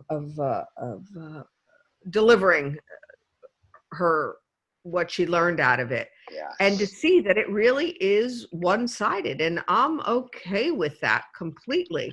That nobody needs to be involved, because as she talked about the tree, I could really connect with how I felt before about when I made my jewelry. I loved and it didn't give me anything in return. Yeah, exactly. Exactly. In the big picture. Exactly. So Exactly. it's okay. Yeah. Yeah. No, love is one-sided, but the biggest words that screamed out at me was unconditional love if it's prefixed with appropriate unconditional love.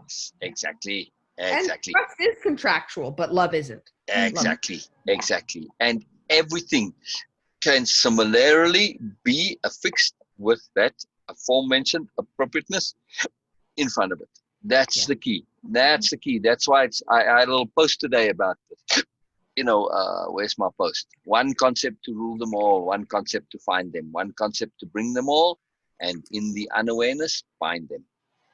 Mm. And that concept, of course, is appropriateness. Yeah. So Yeah. from And I think, tales, myths, and fables of the new nobility. By the Yeah. way, that's where it's from. I like to make up my own supplemental works. I got a whole series of them. I love doing that. It just expands my, there's actually plenty entries into this work, by the way. It's not an entirely fictional thing. I mean, it's a real thing, I should say.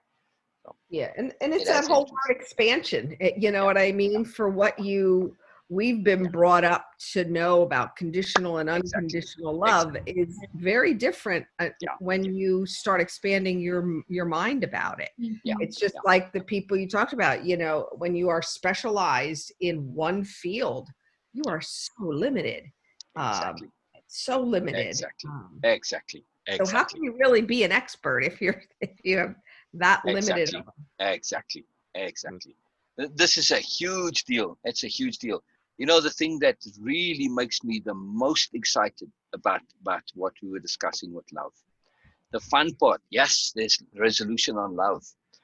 But the exciting part was that we started off with a perspective that seemed like a sort of a slam dunk, a conclusive perspective. It's like 100%. When Erica Jayne made her presentation, it's like, oh my goodness. Well, there goes unconditional love. Oh, let's write that one off the list. Okay, yeah. Right? But then we came, and there was an additional perspective that shifted it back again.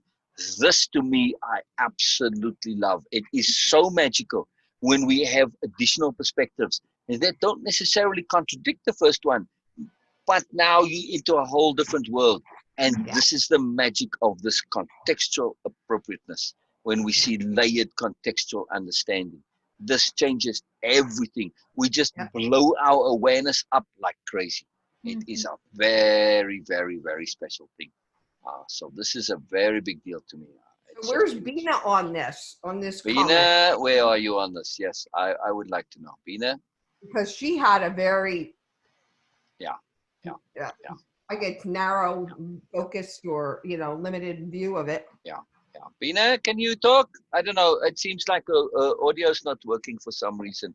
I think she can hear us, but hers is not working. So in case you can hear us, Beena, we really want to hear from you. Okay, can you hear me now? Yes, we can hear you now. Okay. Yes. Okay. First, Erica, what you shared, really interesting for me, and because this is a huge topic for me. It's been in my mind like for 5 years now. Yeah. Because of my experiences with my friends and other people, and also with my readings, and my friend Alan Hovey, because of him, because he actually introduced me to this concept of, and he was and we were discussing this topic in a very detail, and it is still interesting for me that I have some very different understanding of this. And as Sue said that, oh, I have a very narrow and kind of fixated idea about that. No, not really. Sue, I'm sorry, but it is not fixed or narrow. It is just that I want to explore it more. I really want to see that when people, and of course, it depends on who is saying that and from where they are actually coming from.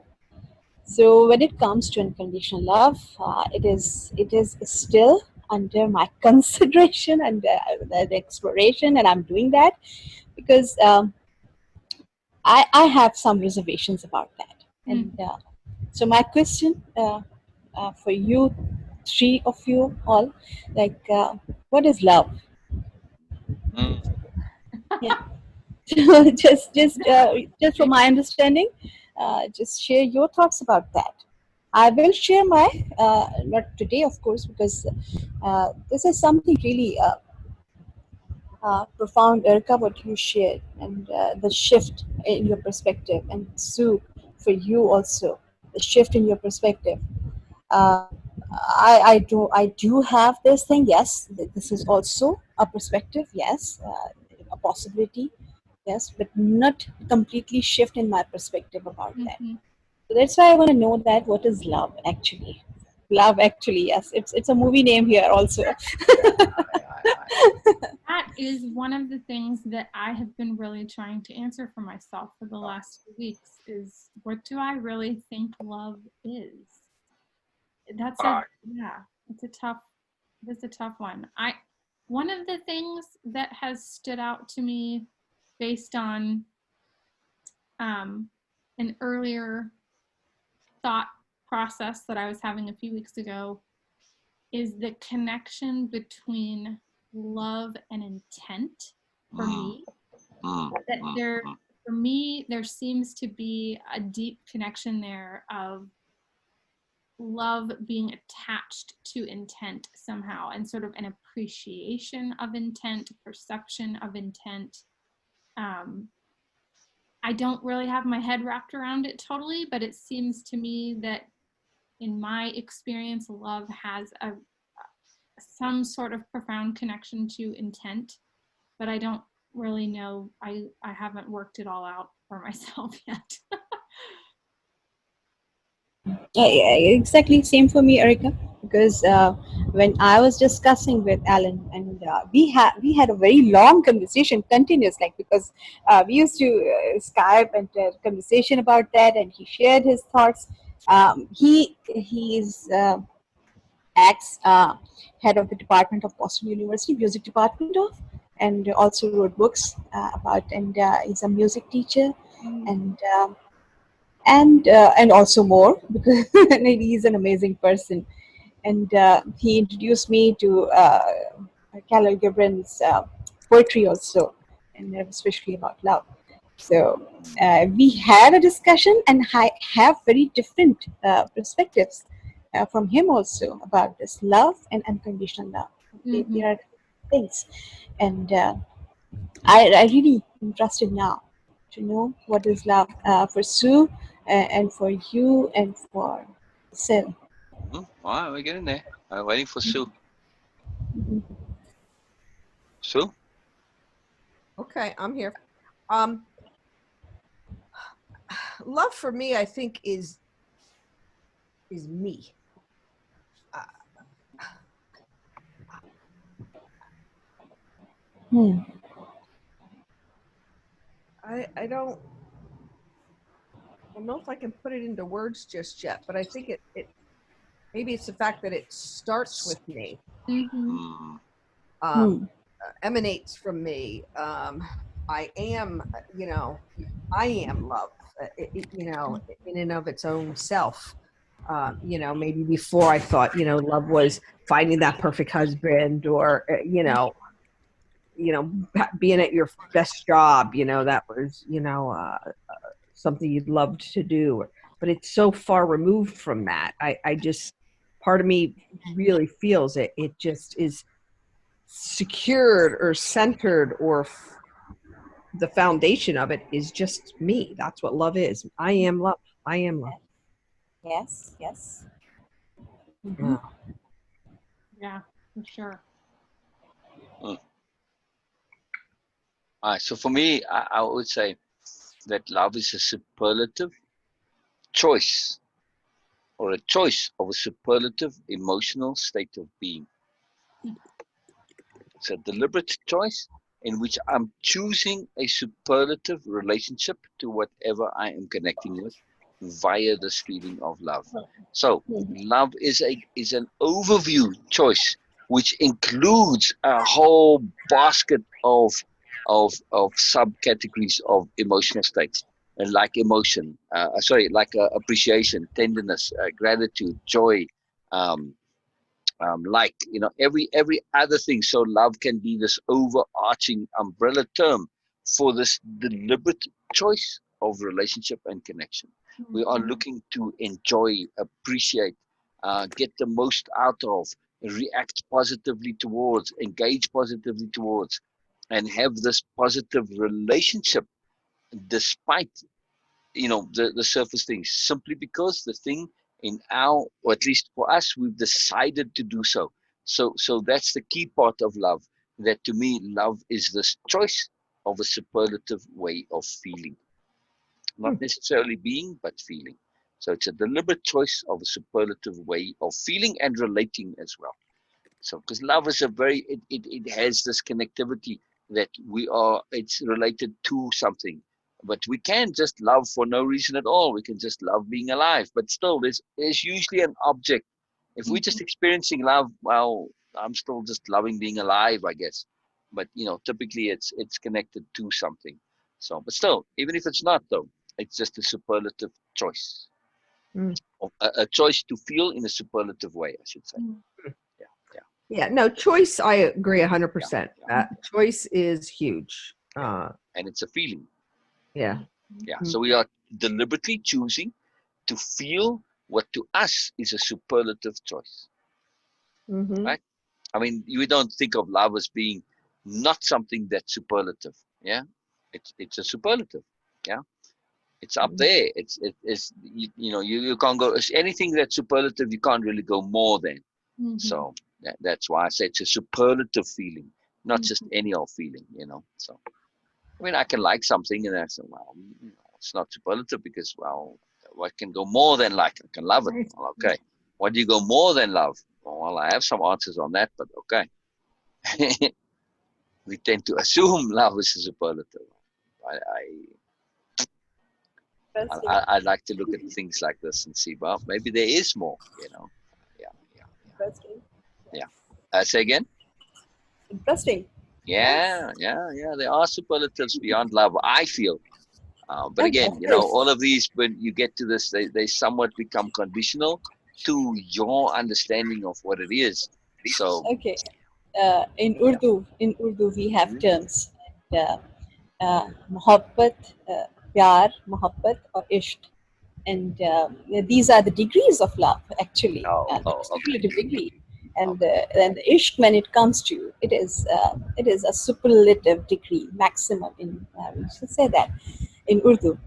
And when we say that, it's a different understanding, and I have whole lot of content about that. That what is actually the love, and then muhabbat, and then ishq. Ishq is something like the word ishq is a uh, different state of being, actually. And about this love, as SL, you said that it's an umbrella term, and it includes appreciation. And what I feel, mostly people, when they say about unconditional love, it is actually unconditional appreciation. And they just take this one thing, one aspect of love, and say that, oh, I can unconditionally appreciate anyone just for being themselves, or anything even. But the love overall, it's a huge deal. And Yeah. when it comes to love, okay, I can appreciate someone, but I cannot actually resonate with them. So, okay, it is also involved in love. Understanding is also involved in love. Impeccability is also a big part of love. Yeah. Big part of love. So there are a lot of things.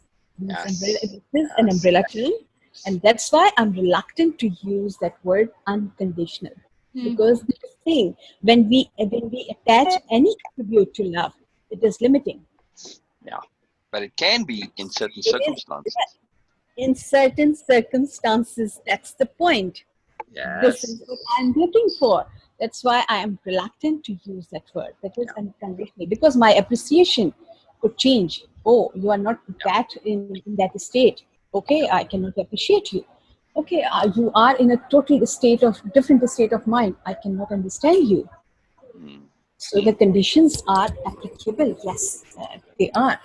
But the love and that superlative degree, even for the more than love, is a different thing. Yeah. It's And fun. then I can go. So it's not only about love. Love for me, it is not conditional, not unconditional. I don't want to attach anything to that, Mm. because it puts a pressure on me.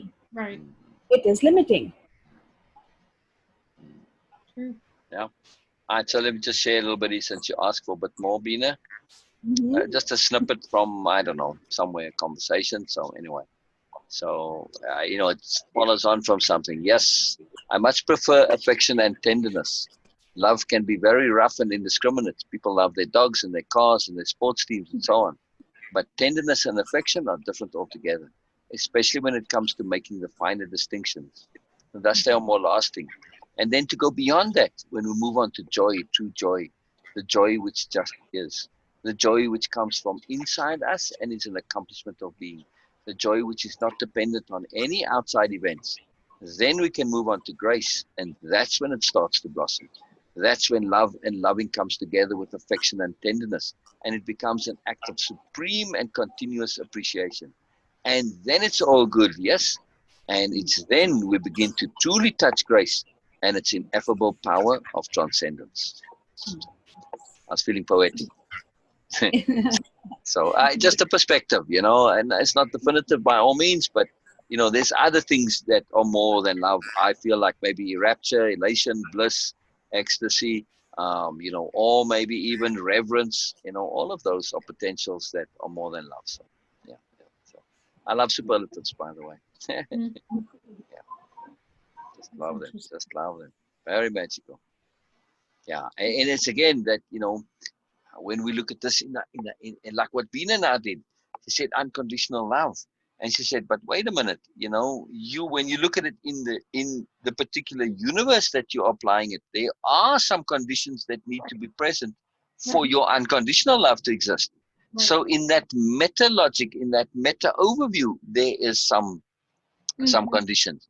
So it's still actually conditional. Right. So yeah. So very exciting, Beena, to add that like super overview context to it. Yeah.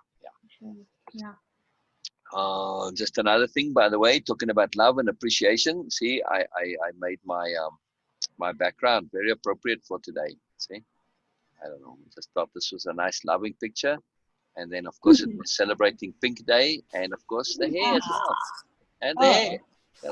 All in there. We get the whole lot in there. So.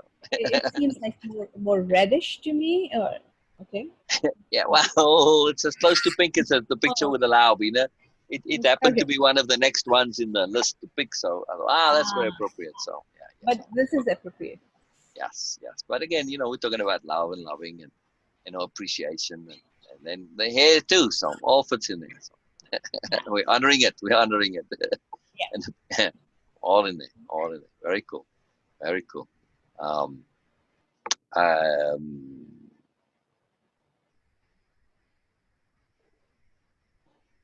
Something is outstanding from a housekeeping point of view. Oh, yes. Okay. Well, one thing. Oh, yeah, the fruitcake. Yes. Well, I was going to show you all this. Hey, where'd my picture go? These phones are so sensitive. Boy, you pick them up and then whatever you were doing just goes out the window. Like, come on, Oh, there we go. You can hardly touch them. Hup. So this is the goodie box. Wow. Holy See? cow. So, all right. There, I put them so I could see, I could get it all in a picture and I could see it, you see? So, okay, I'm sorry I'm blocking the light there with my hands, but that's Cheez-Its. Oh, by the way, I'm most amused that the Cheez-Its are made with whole grain and 100% real cheese too. Yes. Oh, I just love that. In that context over there, it's just like, the irony is just too delicious, right? We got to see the fruitcake, though, that she sent you. Oh, you didn't see the fruitcake? Well, I sort of saw it. But... Oh, okay. Impeccable, healthy food and Cheez-Its from Sue. That's right. Whole grains. So, none of which I would eat any of it, but. Ooh, that's fancy. Yeah, grandma's. It was a 12-pound heavy package. Yes. 12 pounds of magical goodness and fun and enjoyment. She's so loving and caring, and she puts everything whatever possible. I love it. So I have to work on the laugh so that I can laugh like a maniac when I eat it. By the way, Sil, we also have this type of cake. The person who was in the picture. Yes, these are called mostly English fruit cakes because they have this fruit in that. Wow. Look, wow. I forgot this, by the way. Forgot it. It was in the box. I have to add it to my collection over here. So, oh, Beena, they have that same, the lighter fruit cake that I was talking about. Yeah. Yes. Yeah, Yes. yeah. Cake with fruit. Yes. Fruit with sometimes with glazed fruit and nuts, and sometimes Yes. fruits and nuts. Yes. Yeah. Yeah. Yeah. Yeah. And the nuts, I eat around them, but people love them in there. But the ones I remember as a kid that I showed in the picture, the one on the right-hand side there, those we used to eat regularly, and didn't have any nuts in them. It was kind of a fairly standardish thing. Okay, it was always a treat, but you had it with tea. Afternoon Yes. tea, where you're literally having tea at 4 o'clock in the afternoon, you get your slice of fruitcake. So Yeah. It almost looked like banana nut bread. yeah, Ah, it's yeah. similar to it. Yeah, but a banana nut bread is much more moist and dense, though. Right.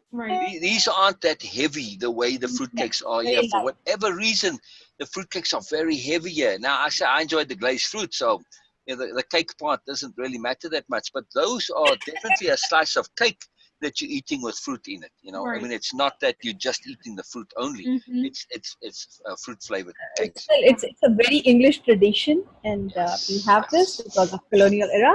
So Right. this is what we call English fruit cakes. I Correct. like it. Correct. That's really Yeah. I mean, that's the interesting. same. Woolworths is an English chain store brand that was in South Africa. So, So they maybe were a little some supposed to be a little bit more traditional. fancier. They were fun. They were fun. They were fun. Um, Erica, we I don't know. I'm assuming you got to go. It's lunchtime. Yes. I do. Okay. Yep. And I have Yeah. an Yeah. appointment. No, not a problem. I didn't forget though. Just in terms of continuing our conversation about the Yes. Monas project. So it was on the agenda for today, but well, we didn't get there. So Yeah. we That's will okay. we will get into that. We're not in a great hurry, but I'm not forgetting. And for me, I things will sit on me until I have them resolved. Yeah. Not that there's a pressure, but they keep they're in my pending file. Let's put it that Right. way. So, Right.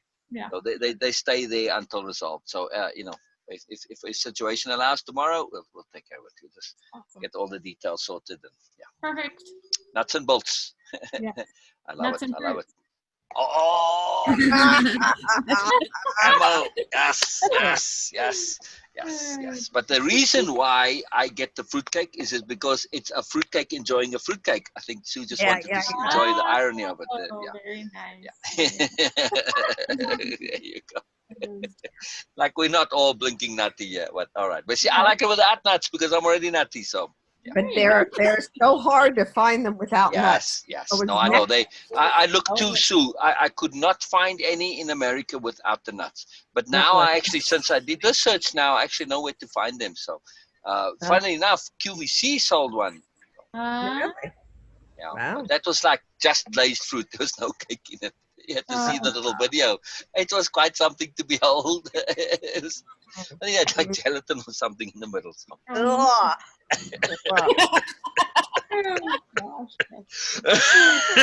I'll see if I can find the video just for the horror value. So brilliant. All right. Oh, so magical. I just want to wrap it up to say that when we really make this effort to just take that one concept of thinking things through to the end, it's transformative. That's why I emphasize it so much. And of course, the application connection, abstract to application, that connectivity, it's like this vortex spiral that goes around.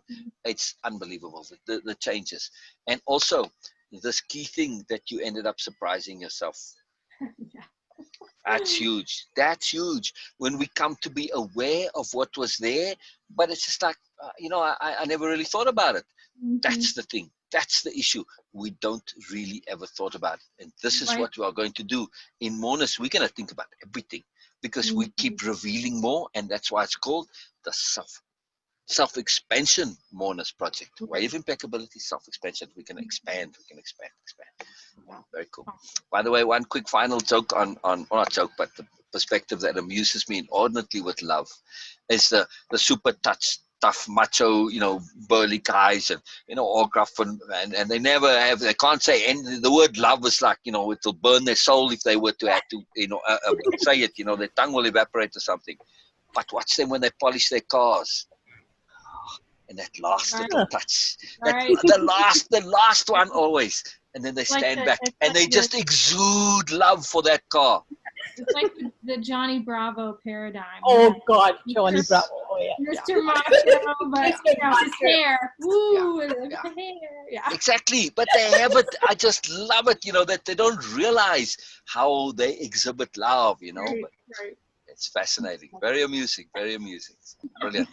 Brilliant, brilliant, brilliant. We won't hold you any longer. Okay. Magic, magic. Lots of love, lots of love. Yes, Yeah, super, Really lots of love. enjoyed today's session, Erika. Really love it. So fantabulous. So fantabulous. Lots more to come. Okay. Lots more to come. Bye. Love it, love it, love it. All right. Brilliant.